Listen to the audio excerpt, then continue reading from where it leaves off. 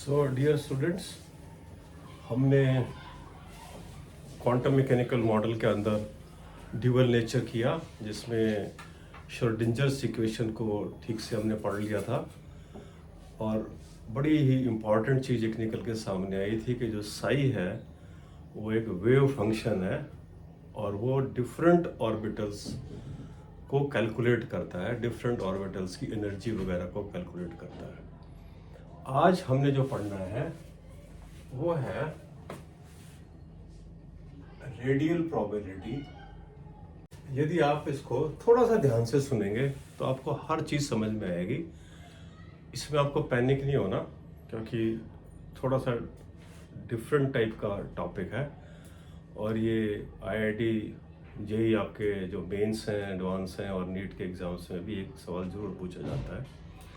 तो हम देख लेते हैं कि रेडियल प्रोबेबिलिटी डिस्ट्रीब्यूशन कर्व में साई जो है वो बड़ा इम्पोर्टेंट पॉइंट है, क्योंकि साई जो होता है वो वेव फंक्शन है। किसका वेव फंक्शन है?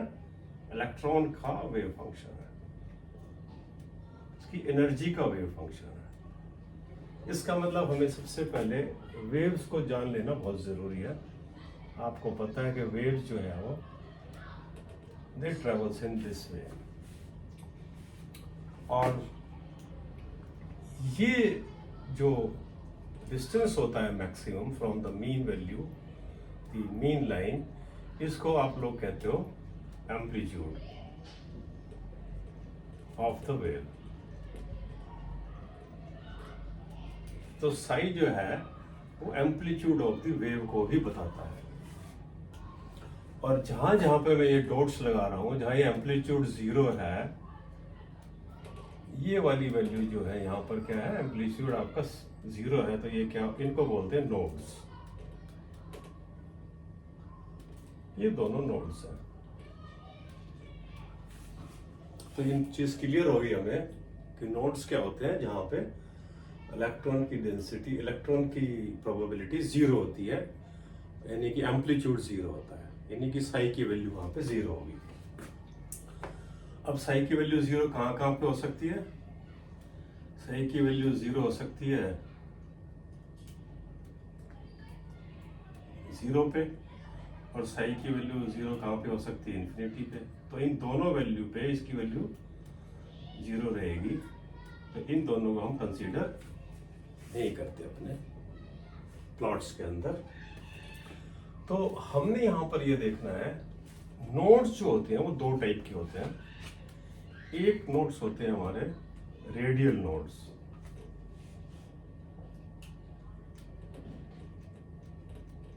और इनको हम डिनोट करते हैं RN से। और एक दूसरे टाइप के नोड्स होते हैं जिनको हम कहते हैं angular nodes,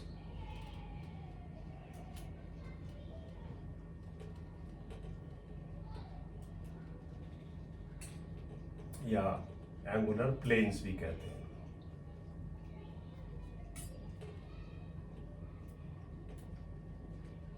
angular planar nodes,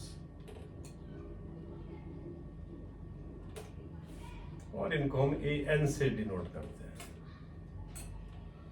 समझ में आ रहा है?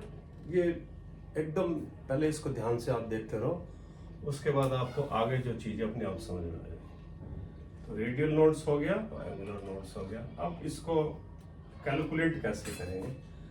आपको तो ऑर्बिटल से संबंध है इसका, हमें तो ऑर्बिटल्स से की निकालनी है कितनी नोड्स होंगी। तो RN के लिए एक फॉर्मूला श्रोडिंजर ने कैलकुलेट कर दिया, n - n-1, और AN जो है वो तो सिंपली L पे डिपेंड करता है। बात समझ में आ गई? यहाँ पे n क्या है? वही जो प्रिंसिपल क्वांटम नंबर, L क्या है? एंगुलर मोमेंटम क्वांटम, ये सबको पता ही है, और L भी मतलब वो सेम ही रहेगा उसका। देखिए जो AN है, जिसको आपने क्या बोला अभी, एंगुलर नोड बोला। एंगुलर नोड क्या करेगा? वो आपको क्या बताएगा, starting point of the wave.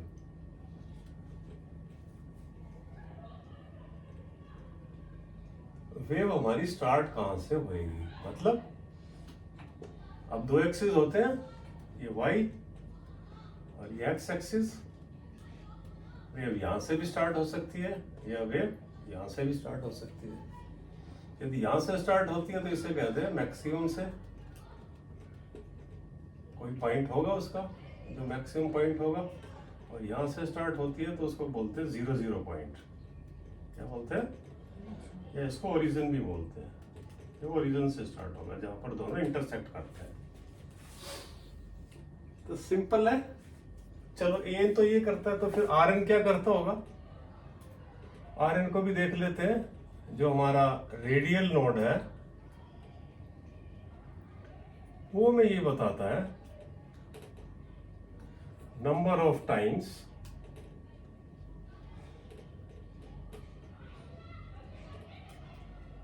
the wave cuts the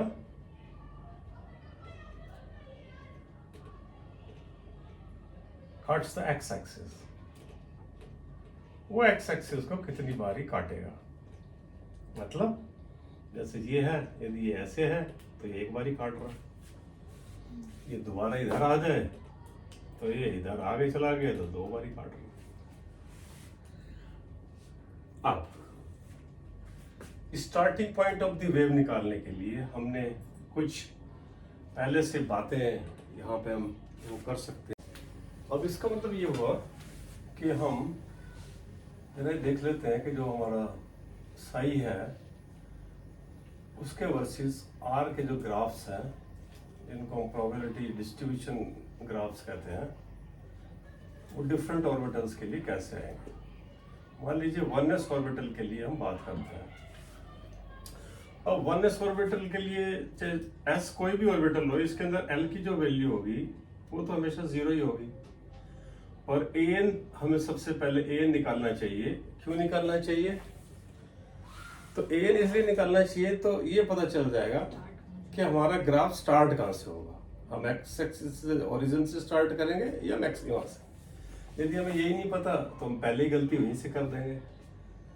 तो 1s ऑर्बिटल के लिए जब हमने L = 0 निकाल लिया, यानी कि an हमारा क्या हो जाएगा, L होता है, यानी वो हो गया s ऑर्बिटल, 1s ऑर्बिटल के लिए हो गया 0।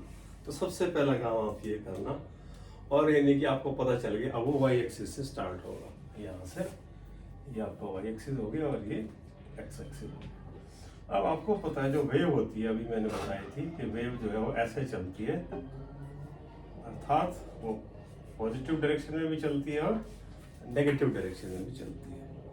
तो जब हमारा जो इलेक्ट्रॉन है वो इसी फॉर्म में चलता है तो वो भी इस लाइन के ऊपर और नीचे दोनों तरफ चलेगा। तो दूसरी बात ये होगी कि जो साई का ग्राफ है वो प्लस और माइनस दोनों डायरेक्शन में चलाना है आपने, ये चीज यहीं पे ध्यान रखना। तो और स्टार्ट यहाँ से करनी है, तो आर एन की वैल्यू भी देख लें। आर एन क्या होता है कि कितनी बार इसको कट करेगा उतनी बार नीचे ऊपर करते जाएंगे, तो वो क्या होता है n - l - 1।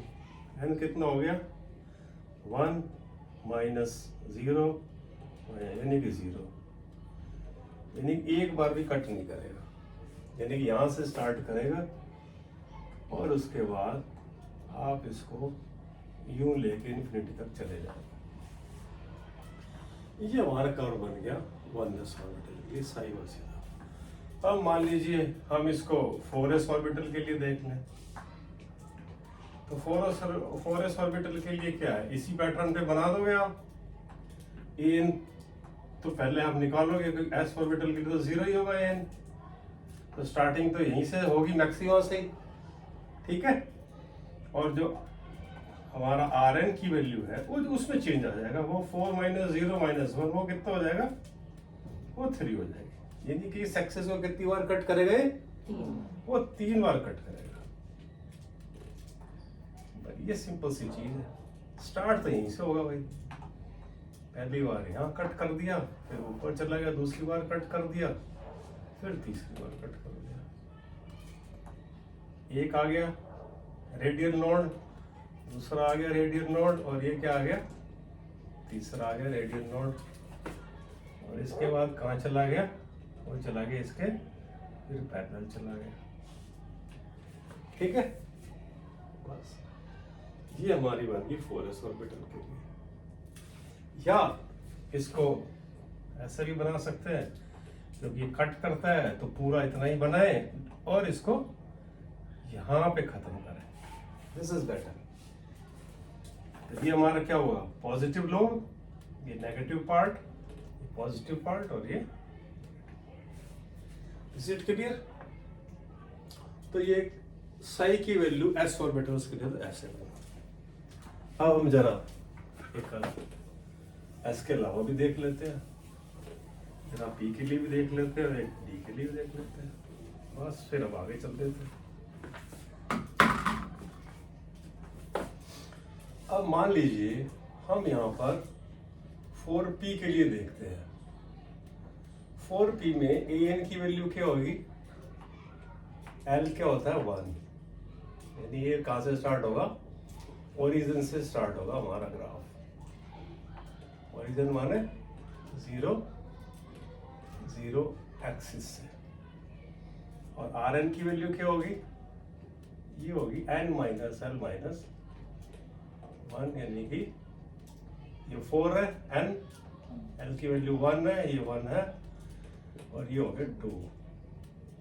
यानी क्या बताता है, कट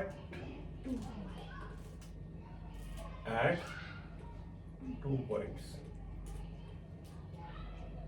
तो ग्राफ के बारे में जब हमें ये पता चलेगा कि ये कितने पॉइंट्स पे कट करेगा, तभी तो ग्राफ बना पाओगे। ये बन गया आपका, ये वाई एक्सिस है, ये एक्स एक्सिस है, ये इधर साई है, बढ़ रहा है इधर, और ये आपका रेडियल डिस्टेंस आर है। अब क्या है, 4p है तो ये ओरिजिन से स्टार्ट होना है, ध्यान देंगे आप। तो कहाँ से स्टार्ट होगा, यहाँ से कि यहाँ से, ऑफ कोर्स 0 0 से, तो कर दो 0 से स्टार्ट। तो क्या करोगे, पहले को ऊपर ले जाओ,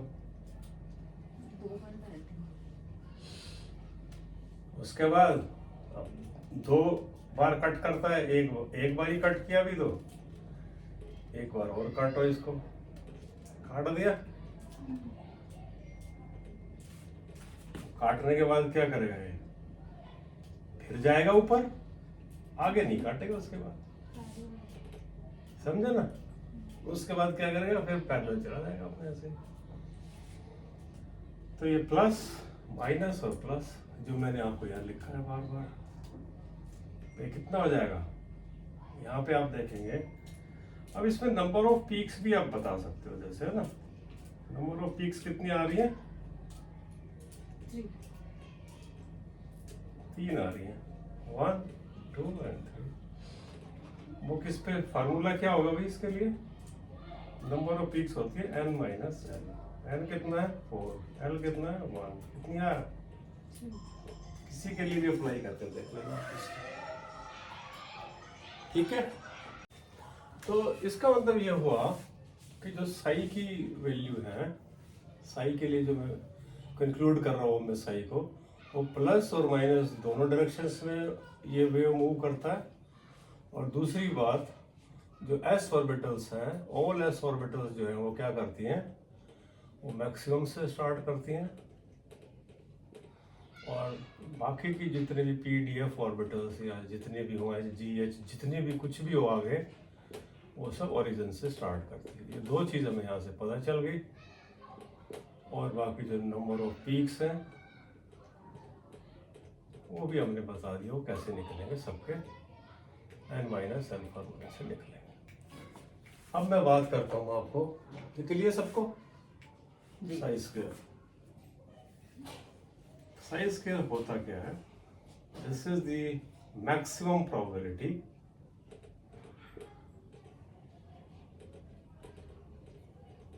of finding the electron.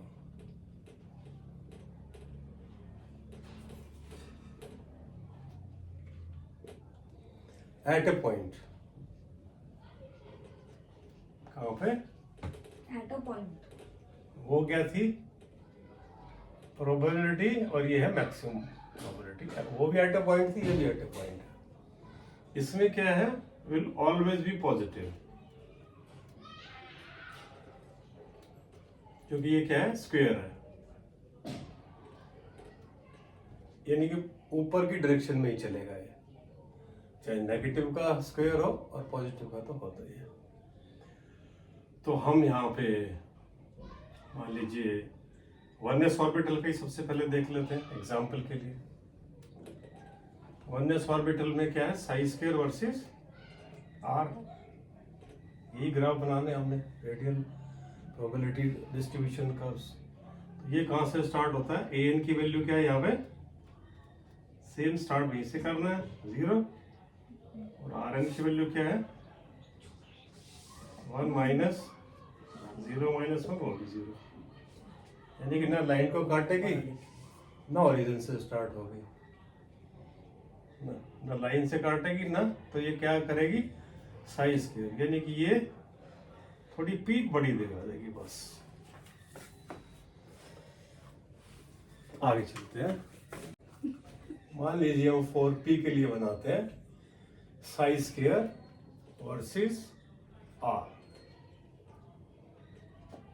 तो ए एन की वैल्यू क्या हुई, 1, कहाँ से स्टार्ट होगी, यहाँ से, और आर एन की वैल्यू क्या हुई, 4 माइनस 1 माइनस 1 यानी कि 2, यानी ये क्या करता है, दो जगह पे काटेगी। काटेगी मतलब स्टार्ट यहाँ से करेंगे, लेकिन ये तो पॉजिटिव ही रहता है, तो एक ऐसे आएगी एक पीक, दूसरी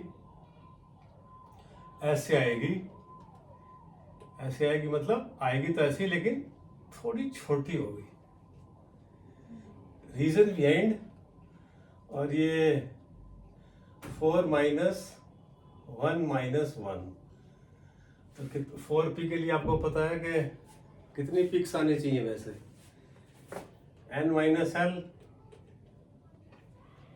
तो ये तो 3 पिक्स आनी चाहिए।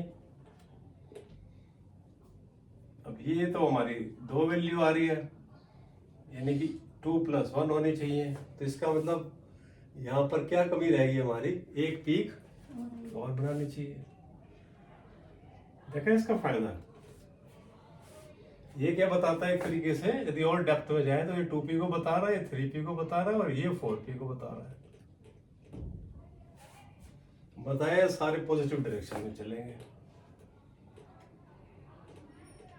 नीचे का पॉट मैक्सिमाइज हो गया।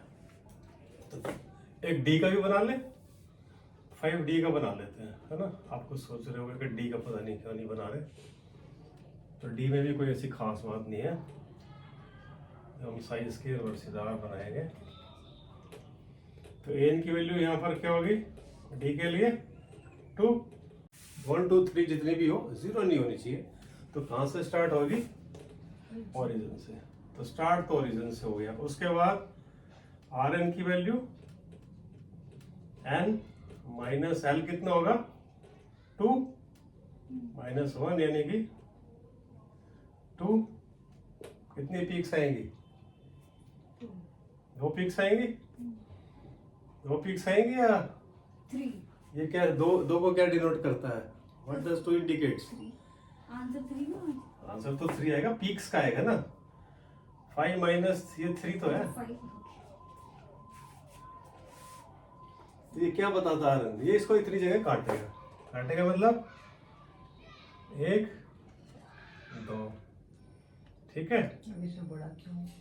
हाँ, बड़ा अच्छा सवाल पूछा एक बच्चे ने कि इसमें बड़ा क्यों किया, तो ये भी बड़ा नहीं होगा, ये भी छोटा होगा। पहला वाला पीक बड़ा होता है, दूसरा वाला पीक छोटा होता है, जितना आगे जाएंगे छोटे होते जाएंगे, छोटे होते जाएंगे। एक ग्राफ और आपको बताना है, that is in a small spherical shell, what we call is 4 pi r square. यदि हम इसको सरफेस एरिया को स्मॉल डिस्टेंस dr से मल्टीप्लाई कर दें और इसके वर्सेस ये ग्राफ ड्रा करें, तो ये क्या एक तरीके से एक छोटे से वॉल्यूम का एक स्फेरिकल शेल का, यानी कि मान लीजिए ये हमारी कोई ऑर्बिटल है, तो ये उसके एक छोटे से सेक्शन का हम निकालना चाहते हैं इलेक्ट्रॉन की, ये हमारी dr हो जाएगी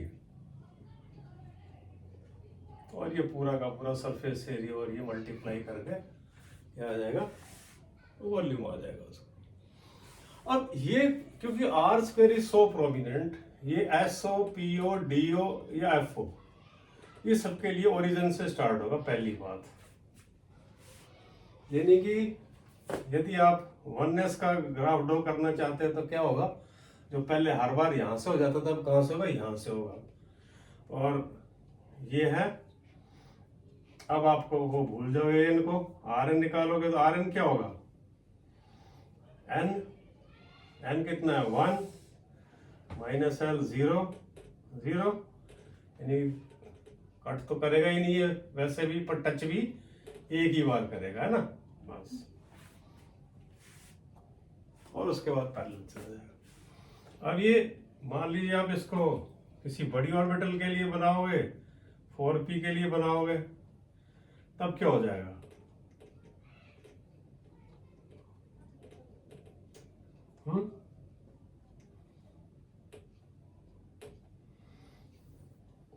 ये क्या करना है हमें, 4p, बस। 4p में क्या होता है, an तो हमारी फिक्स हो गया, अब उसकी तो वैल्यू देख रही है ओरिजिन से स्टार्ट होती है, और rn की जो वैल्यू होगी वो हो जाएगी हमारी n माइनस l माइनस 1, वो कितनी है 4 माइनस 1 माइनस 1 कितनी हो जाएगी 2। तो कितनी पीक्स आएंगी इसमें, 2 पीक्स में, पीक्स तो +1 आएंगी, है ना।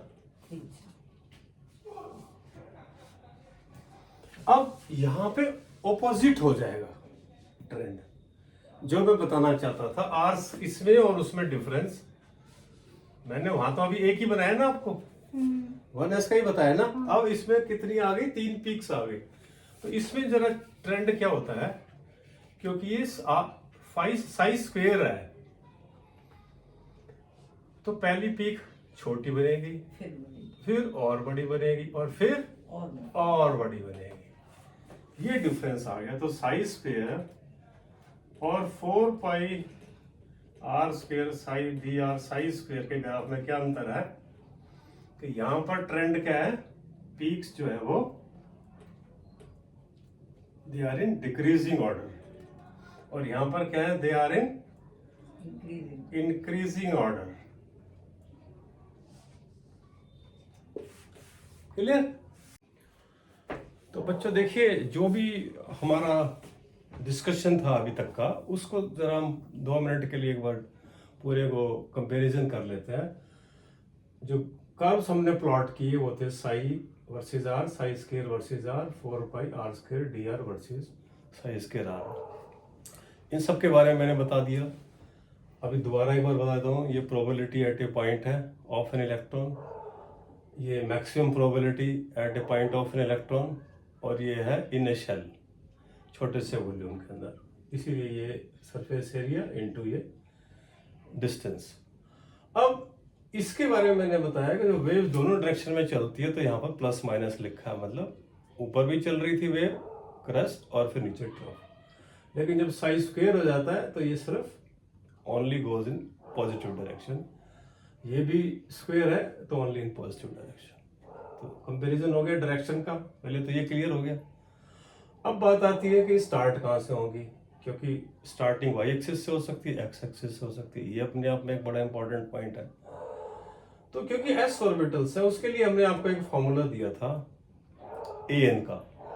यदि आपका एंगुलर नोड की वैल्यू 0 होती है, और वो डिपेंड करती है एंगुलर मोमेंटम क्वांटम नंबर के ऊपर, तो एस के लिए तो चाहे 1s हो, चाहे 2s हो, चाहे 5s हो, उन सब के लिए तो एस की वैल्यू 0 ही होगी।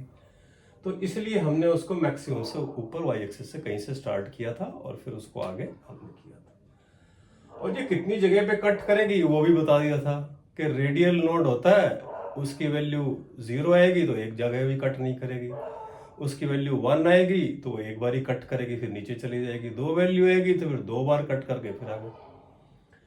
और ये स्क्वायर में भी फिर सेम उसी पैटर्न पे चलता है, ठीक है। बाकी सारी चीजें वही है। ऑल ऑर्बिटल स्टार्ट फ्रॉम, इसके अंदर क्या है, जो आर स्क्वायर होता है वो इतना प्रोमिनेंट हो जाता है कि वो इसको सारे ऑर्बिटल्स के लिए एस पी डी एफ सबके लिए क्या करता है, ओरिजिन से ही स्टार्ट करता है। मैंने ग्राफ्स के अंदर आपको एग्जांपल भी बना के दिखाए, तो इसका ध्यान रखना पड़ेगा। यहाँ पे जो पीडीएफ के लिए है, कई बार वैल्यू पी के लिए 1 आएगी, डी के लिए 2, एफ के लिए 3 और अलग अलग ऑर्बिटल्स के लिए और ज्यादा भी आ सकती है। तो 1 एंड ऑनवर्ड्स, यानी कि यदि किसी की वैल्यू यहाँ पे एन की वैल्यू 1 से ज्यादा आती है तो उसका मतलब ये होगा कि वो ओरिजिन से स्टार्ट होगी। अब ये नहीं है कि 2 आ जाएगी तो फिर कहाँ से स्टार्ट होगी, यहाँ पे कंफ्यूजन नहीं करना आपको। क्लियर हुई ये बात? Is it clear? और ये भी ऐसे ही साइन स्क्वायर हो चाहे कोई भी हो, ओरिजिन से स्टार्ट होगी। और ये तो हमेशा से ओरिजिन से स्टार्ट होगी, वो मैंने आपको बता दिया रीजन भी है। पीक जो है वो दोनों ही डायरेक्शंस के अंदर होगी और वो उतनी पीक जितनी ऊपर बनेगी उतनी पीक्स नीचे बनेगी। यहाँ पर पीक्स का जो है वो ट्रेंड डिक्रीजिंग हो जाएगा पीडीएफ के लिए, जब ये सबके लिए, जब ये साइज के आर होगी, और जब ये वाला शेल का होगा तो पीक्स की, तो इन दो कंपैरिजन से आप ये भी आइडेंटिफाई कर सकते हो कि मान लो 3 पीक्स दी हुई हैं किसी ऑर्बिटल के लिए और नीचे आपको 4 ऑप्शंस दिए हुए हैं, तो आप उन 4 ऑप्शंस के अंदर से ये देख सकते हो कि जिनमें 3 ऑर्बिटल्स हैं। अब आपको ये देखना है कि इनमें इंक्रीजिंग ट्रेंड जा रहा है तो 4 पाई आर स्क्वायर का ग्राफ है, और यदि वो डिक्रीजिंग में जा रहा है तो वो साई स्क्वायर का ग्राफ है ओनली। तो ये बातें क्लियर होगी ना? तो अब आपको ये ध्यान से कर लेना है, इसकी और प्रैक्टिस कर लेनी है। नेक्स्ट क्लास में हम इस चैप्टर को कंक्लूड करेंगे। जितने भी हमने मॉडल पढ़े उनको अप्लाई करके फाइनली क्वांटम मैकेनिकल मॉडल के अंदर जितने लॉज बच गए हैं, जिनमें हमने ऑफ बाउस प्रिंसिपल आपको पहले बता दिया है, इसके अलावा hertz rule of maximum multiplicity आएगा और पॉलीज एक्सक्लूशन प्रिंसिपल आएगा। So thank you very much. यदि आपको अच्छी लगी हो क्लास और आप चाहते हैं कि भाई कंटिन्यू हम इसी तरीके से और अपना टेम्पो बनाए रखें, तो आप इसको लाइक करिए, शेयर करिए और सब्सक्राइबर बनिए, और अपने सवाल भी पूछिए, जिसको जो भी क्वेश्चन इसके अंदर से पूछना है।